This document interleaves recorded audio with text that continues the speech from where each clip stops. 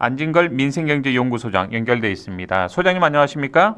네, 안녕하십니까? 자, 소장님 오늘 본론에 들어가기 앞서 조금 전, 그러니까 정확히 제가 시간을 보니까 5시 10분에 윤석열 씨가 공관에서 나와서 지금 뭐 앞에 나와 있는 인파들과 악수도 하고 뭐 다독거리고 있네요. 한 말씀 주시겠습니까?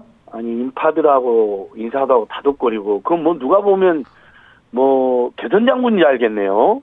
대통령 취임식 가는 것 같습니다. 모양새로는. 그러니까 온 나라 국민들을 예. 도탄에 빠뜨리고 경제적인 피해만 1천조 안팎에 지금 추정이 되고, 그리고 뭐 트럼프 관세 폭탄 사태까지 생겨서 지금 대한민국 국민들과 경제인들이 오늘 뭐 극심한 공포에 떨고 있는데 어떻게 저런 짓을 할 수 있을까요? 그리고 기본적으로 파면되는 순간 딱 문영배 재판관이 그렇게 했잖아요. 지금 이 시각 11시 22분 선고합니다. 피청군 윤석열을 파면한다. 그 네. 뭐냐면 11시 22분부터 대통령이 아니고 민간인이란 거거든요. 그렇습니다. 근데 일각에서 관제에서 나가는 규정이 없다. 당연히 규정이 없죠. 그 시간부터 즉시 나가야 되는 거니까. 그건 즉시 나가기 때문에 규정을 안 만들어 놓은 거거든요. 예. 근데 그래도 이사할 준비를 뭐 하루 이틀은 우리 국민들도 정서상 줄 수는 있지만, 예. 그러나 일주일 넘게 시간을 버텼고요. 그 사이에 그걸로 국민들의 혈세로 지은 관절을 국민들의 혈세로 운영되는 경찰과 군대와 경호처와 수백 명이 동원해서 지켜줬고요. 네. 그다음에 계속해서 파트를 연구소로 지금 투입이 되잖아요. 예. 그 돈 전부 다 분명히 윤석열 김의 지돈 하나도 안 썼을 겁니다. 변호사비도 하나도 안 냈다고 그런 게 지금 확인됐잖아요. 예. 그럼 이건 전형적인 혈세 횡령이 되고 국고 손실이 됩니다. 그리고 거기다가 전환기린이 윤상현이 나경원이 극우 인사들 불러서 자기 정치까지 했잖아요. 공관을 불러서 또 이렇게 또 격려도 해줬더라고요. 저희들이 야멸찬 사람들이 아니잖아요. 예. 자기 정치할 수 있죠. 반성은 모르는 사람이니까. 그러면 자기 민간 사절 같아야죠. 국민의 혈세로 운영되는 그다음에 수백 명, 수천 명에서 혈세로 경호를 받는 데에서 자기 정치를 한다? 민간인이? 이건 아마 나중에 분명히 문제가 될 것이고요. 예. 저희들은 다음 주에 이 관제에서 일주일 동안 얼마나 많은 혈세를 탕진했는지, 그리고 관제 관련해서 불법 의혹도 끊이지 않지 않았습니까? 네. 뭐 불법 중축을 했다거나 또는 뭐 초화 시설을 지었다거나 예산 낭비를 했다거나 이 부분까지 묶어서 저희가 다음 주에 검사 모임과 함께 고발할 알겠습니다. 예정입니다. 반드시 끝까지 책임을 묻겠습니다. 자, 지난주에 이제 윤석열 씨가 파면이 되고 어찌됐든 일주일이 지났습니다. 시간상으로. 일주일 맞는 소감 한 말씀 듣고 싶습니다. 어떠십니까, 소장님? 예, 뭐 너무 기쁘죠. 지금도 믿기지 않는데 다만 이제 소감 말씀하기 전에 방금 전에 우리 광주평화방송에 굉장히 중요한 뉴스가 나왔잖아요. 보이스피싱 그 대처 잘한 사례가 나왔는데 실제로 경제와 민생이 폭망하니까 전국이 지금 사기 범죄가 들끓고 있습니다. 그러니까요. 예, 그 사기 유형 중에 주식 리빙방, 코인 투자 리빙방, 그 다음에 무슨 대안대출을 도와주겠다. 대안대출을 해야 되는데 좀 더 중저금리로 옮겨야 되는데 뭔가 안 되고 있으니까 우리가 도와주겠다. 그러면 우리한테 몇백만 원 입금해라, 몇천만 입금해라. 그다음에 그 구매 대행을 하겠다, 리뷰를 써주겠다, 부업하겠다. 뭐 온갖 이게 전부 다 사기입니다. 대부분. 정말 우리 애청자 여러분, 이런 거 만약에 고수익을 보장해 주겠다거나 뭔가 이거 이런 수고를 했는데 이렇게 뭘 처음에 이렇게 돈을 많이 주지? 이런 생각이 들면 전부 다 보이스피싱이나 사기라고 의심을 하셔야 됩니다. 미끼 아니겠습니까? 미끼. 예, 다 믿기고 나중에 분명히 돈 입금해라 그럽니다. 그래서 그 처음에 몇천 원, 몇만 원 받으니까 믿고 돈을 거액을 입금해버린 경우가 꽤 있으시거든요. 우리 주변에 우리 국민들 착하셔가지고. 각별히 유의해야겠습니다. 다시 한번 우리 윤석열 파면 소감도 중요하지만 우리 광주 시민 그다음에 전남도민 우리 광주 PBS 애청자 여러분 혹시라도 당하실까봐 저한테도 그런 피해 사례가 끊임없이 오고 있거든요. 그걸 경찰이 다 감당을 못합니다. 그러겠죠. 너무 많아가지고. 이걸 어떻게 또 잡을 수도 없습니다. 딱히요. 잡을 수도 없고요. 잡아도 감옥에 보내도 나몰라라 해버리면 민사소송에서 돈을 못 받습니다. 피해금을 어떻게 환수할 수가 없는 거 아니겠습니까? 그래서 예방이 전부입니다. 조금이라도 이상하다. 뭔 돈을 입금해라. 그 다음에 이상하게 돈을 많이 주겠다. 무조건 거의 90%다 사기고 피싱입니다. 다시 한번 말씀드리고 어쨌든 그렇게 고통받는 우리 국민들 입장에서 그래도 윤석열 내란 수기가 파면이 확정돼서 아마 지난주 금요일부터는 잠을 좀 더 자게 되었다. 지금도 내란 잔당들이 활개를 치고 있고 내란을 지속시킨 시도는 있지만 그리고 경제 민생이 최악이고 트럼프 리스크까지 한반도를 덮치고 있지만 그렇죠. 그래도 한숨 놓으셨다는 이야기 다들 하십니다. 예. 그리고 이제 파면됐기 때문에 민간이잖아요. 윤석열은 지금 경찰도 반란 수괴하고 국회법 위반 직권남용으로 유죄 취지로 송치해놨습니다. 예. 오늘이라도 검찰이 이제 관대까지 나왔으니까 관대가 또 잡으러 가면 또 막 경호처 동원해서 옛날처럼 법적으로 금연에 정할 수도 있잖아요. 예. 이제 민간이기 때문에 훨씬 연행하기도 쉽고 구정장 청구하기도 쉽습니다. 예. 저는 오늘이라도 내일이라도 재구정장 청구해서 이 내란 수계가 다시는 이런 짓을 내란 수계 그리고 내란이 지금 어떻게 되는지 온 국민 전 세계에 보여줘야 된다고 생각합니다. 예. 자, 소장님. 내란 수계를 우리 국민들이 풍찬 노숙을 해가면서 어렵게 좀 파면시켜놨더니 그의 아류작 한독수 권한대행이 또 준동하고 있습니다. 이완규 법제처장을 헌법재판관으로 임명해서 지명을 해서 논란이 되고 있는데 어떻습니까? 권한 밖에 있는 사람이 이런 권한을 행사하고 있습니다. 이건 정말 우리 초등학생들도 민주주의를 공부하면 금방 이해할 수 있는 내용입니다. 헌법재판관과 대법관은 얼마나 중요한 직무를 수행합니까? 국민 모두의 생명과 안전을 직접 이분들이 판결로 다루는 분들입니다. 대한민국의 민주주의라는 국정 운영하는 모든 논란을 최종적으로 정리하는 분들이거든요. 그래서 삼권 분립이라든지 진보 중도 보수가 골고루 들어갈 수 있게 해놓은 겁니다. 네. 그렇다면 국회에서 선출한 마은혁 재판관은 국회의원들은 선출이 됐잖아요. 그다음에 국회의장이 정식으로 표결까지 거쳐서 우리가 보냈단 말이죠. 이제 마은혁을 표결한 건 아니지만 국회에서 선출안이 통과돼가지고 그러니까 여야가 합의한 내용이잖아요. 그렇죠. 이건. 예. 여야가 합의해서 보낸 겁니다. 예. 하지만 한덕수는 우리가 선출한 적이 없죠. 그렇죠. 그리고 내란 수계의 대행이죠. 도덕 절차적 정당성이나 내용적 정당이 전혀 없는 자입니다. 그런데 대통령 몫의 3명은 후임 대통령이 해야죠. 뭐 예를 들면 1년 남은 것도 아니고 2년 남은 것도 아니고 6월 3일이면 후임 대통령이 바로 나오고 그날 당선이 확정되면 즉시 권한 행사하게 되어 있는데 그렇죠. 그 한두 달을 안 기다리고 만약 재판관 끝까지 시간을 끌더니 몇 달을 기다리게 하더니 안 기다리고 지가 대통령도 아닌데 지금 대통령 권력을 행사해버린 것이거든요. 이것은 초등학생 수준의 민주주의에 대한 우리가 학습이나 수양만 있어도 할 수가 없는 일입니다. 그리고 본인 입으로 뭐라고 그랬습니까? 마은혁 재판관 임명이라니까 대통령은 권한대행은 소극적인 행사만 할 수 있다. 현상 유지만 할 수 있다. 안 된다고 했습니다.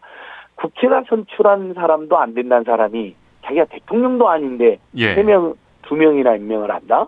이것은 있을 수 없는 일입니다. 거기에다 유한규가 어떤 사람이냐?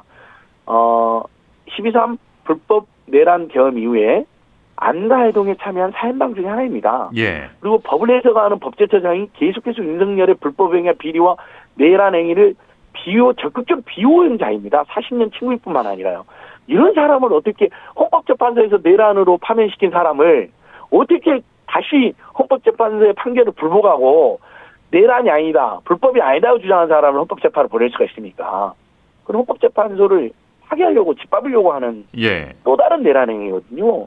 그래서 국민들 분노가 매우 큽니다. 오늘 또 집회가 열리고 내일 또 집회가 열립니다. 그러니까요. 파면됐으니까 좀 쉬어야겠다가 아니라 오히려 집회가 더 열리게 생겼습니다, 지금. 그러니까 국민들이 또 잠을 못 자는 사태가 생겼습니다. 열받고 답답해가지고요.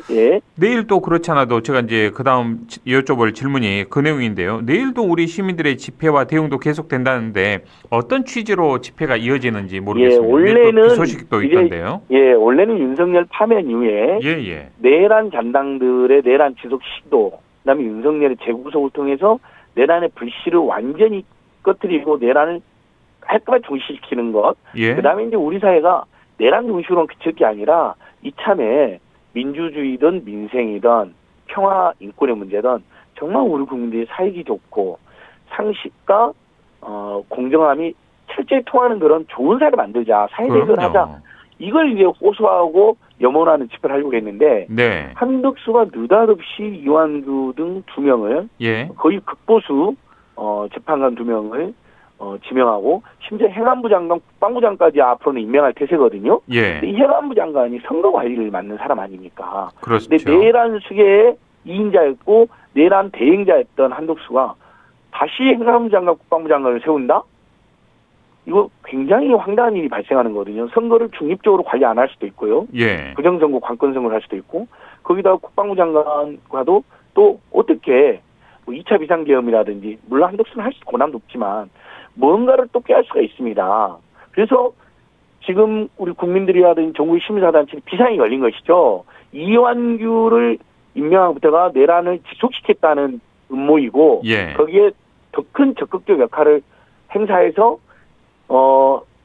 범야권으로의 정권 교체가 시대적 과제가 됐는데, 그걸 막기 위한 마지막까지 극악한 몸부림을 할 수 있다. 예. 그래서 한덕수와 이완규를 몰아내야 된다라는 범국민 집회가 지금 오늘 내일 계속 열리게 되는 것입니다. 그렇군요. 자, 뭐 우리 안진걸 소장님과 인터뷰를 진행하면서 저도 좀 아이패드를 통해서 지금 TV에 실시간 화면을 보면서 지금 인터뷰를 진행하고 저도 있는데, 보고 있습니다. 이거 뭐 보니까 뭐 개선 장군 가는 그런 행차인 것 같습니다. 뭐 그러니까 아크로비스타까지 그렇게 멀지도 않을 건데 빨리 가면 될 걸.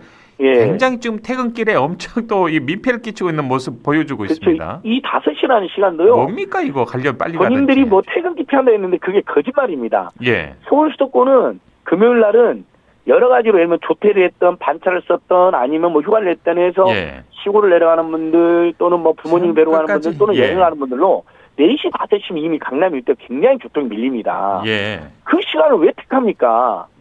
그리고 전환길에는 윤석열 같은 극우인사를 불러서 사진까지 다 공개하지 않았습니까? 그렇죠. 나는 잘못한 거 없다. 니들이 웃기다. 나한테 할 테면 해봐라. 지견이 같은 판사 풀어주고 심우정이나 우리 내 부한대. 예. 니들이 어쩔 건데 이런 태도잖아요. 그러니까요. 국민들이 덜 받습니다. 지금 무슨 개선 장군입니까? 그러니까요. 그럼 뭐 잘했습니까? 지난 3년 동안 내란뿐만 아니라 그 2년 반 동안 국정 얼마나 많은 파행과 불법과 비리가 있었습니까? 참. 조중동마저도 규탄하는 지경이 왔거든요. 예. 반성이라는 반성한 상식이라는 단어, 유시민 작가님 말대로 절대로 돼서는 안 되는 정확하고 단 하나의 상식도 없고 국민에 대한 예의가 단 하나도 없는 자가 대통령의 바람에 온 국민이 지금 물론 이제 그를 지지하는 정말 극소수의 세력도 있겠지만 대다수 국민들이 피눈물 흘리는 그런 상황이 되어버렸다. 그러니까요. 그러나 자, 이러면 이럴수록 법원에서도 검찰에서도 그 사람들도 국민의 한 사람인데 뭔가 피 끓는 심정이 생기지 않겠습니까? 재구속해야 된다. 보니까 이제 14일부터 윤석열 씨가 법원에 또 형사재판도 받고 왔다 갔다 해야 되는데 공교롭게 이제 지금 옮겨가는 아크로비스타에서 법원까지 길 건너 정확히 제가 이제 지도를 재봤거든요. 348m밖에는 안 떨어져 있더라고요. 걸어가도 됩니다. 걸어가도 됩니다. 맞습니다. 근데 차량을 통해 가지고 지하로 또 일반인은 상상도 민폐를 끼치겠죠 국민들에게. 있겠다는 건데 길막하면서 웃기는 거죠.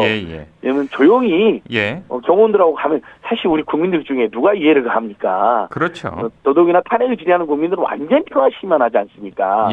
탄핵을 반대했던 자들은 서부집에서 폭동을 일으키고 그러지만 근데 그 윤석열 극렬 지지자들이 윤석열한테 이해를 갈 가능성도 제로이고요.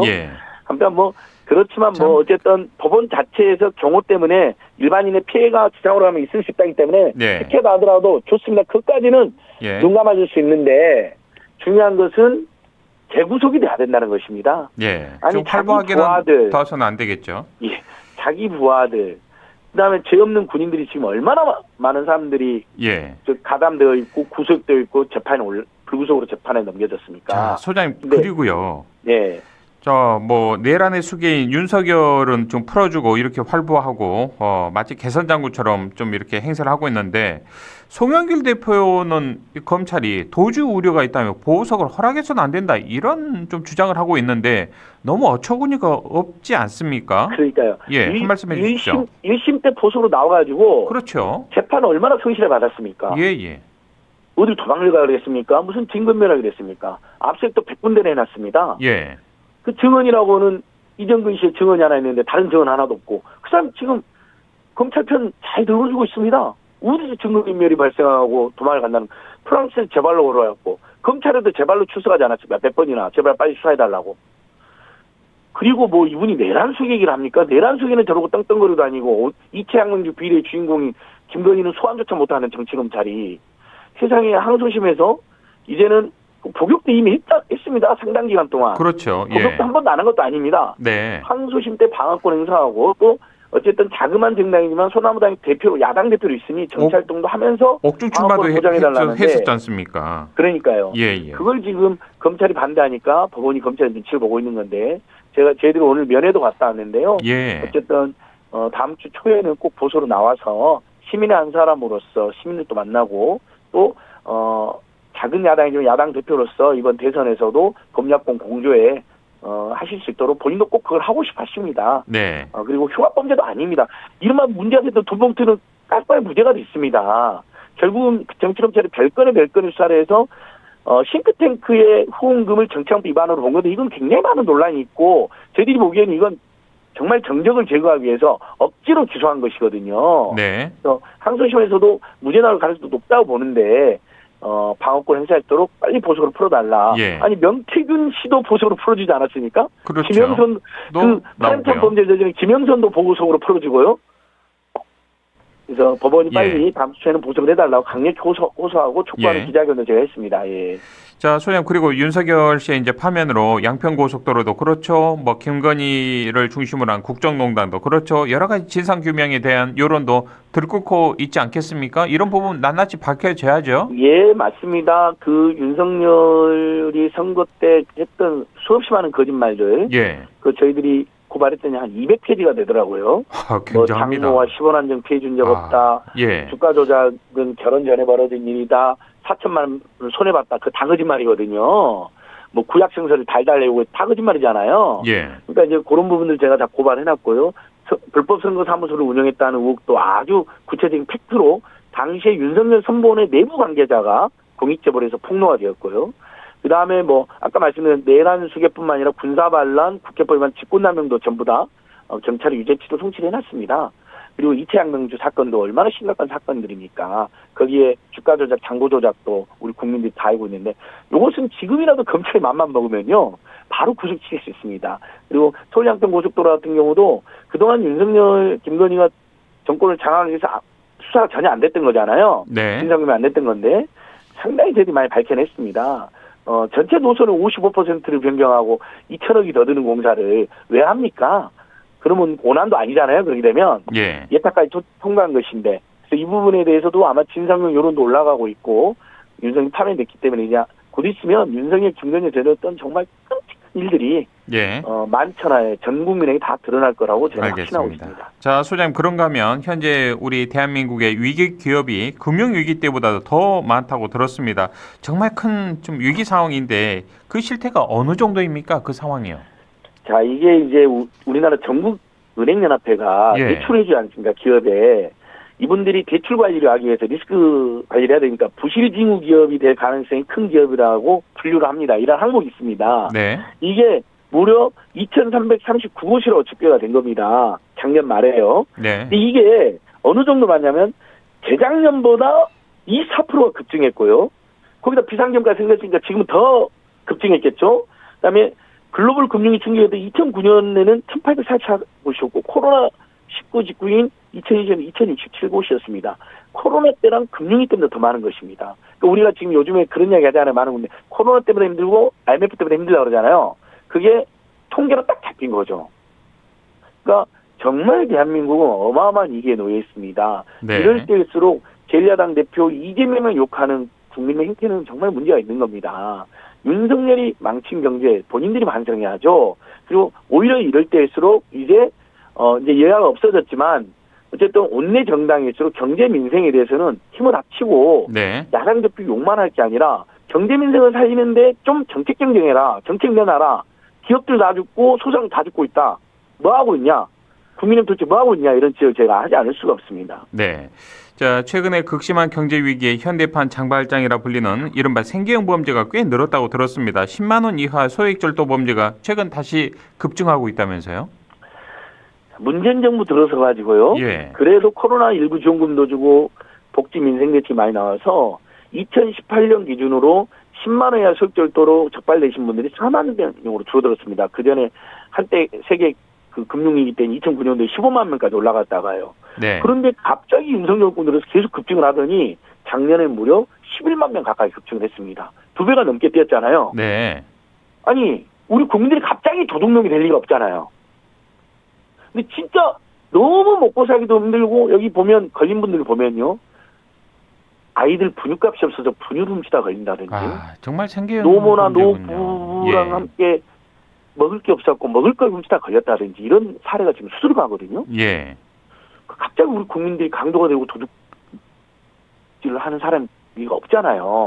그럼요. 착하시고 일해서 먹고 살려고 할 텐데 이것은 윤석열 정권 들어서 경제 민생이 취하게 되고 일자리는 부족하고 복지 대책도 없고 민생 회복지원금이나 지역화폐나 다 거부하고 파기하니까 결국은 자살이 급증하고 도둑질이 급증하는 것으로 정말 극단적 도둑질 해서는 안 되지만 제가 그 절대 옹호하는 게 아니잖아요. 저도 하지 말라고 지금 촉구를 하는 거예요. 하지 말아라. 차라리 우리가 홍길동은행에 연락을 하고 그다음에 정부나 지자체 대책을 촉구를 해야지. 근데 정부나 지자체 대책을 촉구하면 시간이 오래 걸리고 우리 홍길동은행이 10만 원 긴급 생계지원비 즉시 보내드리는데 그건 모르는 분들이 많을 거 아니에요. 아직도요. 그러니까 정말 먹고 살기 위해서 절도의 유혹에 빠지신 거죠. 이분들이 무려 11만 명. 안 걸린 분들까지 하면 더 있겠죠? 그렇죠. 정말 비참한 상황입니다. 자, 새로운 정부와 함께 이런 국민들의 도탄에 빠진 민생이 조금씩 뭐 갑자기나 뭐 될 수는 없겠습니다만 조금씩 회복했으면 하는 바람입니다.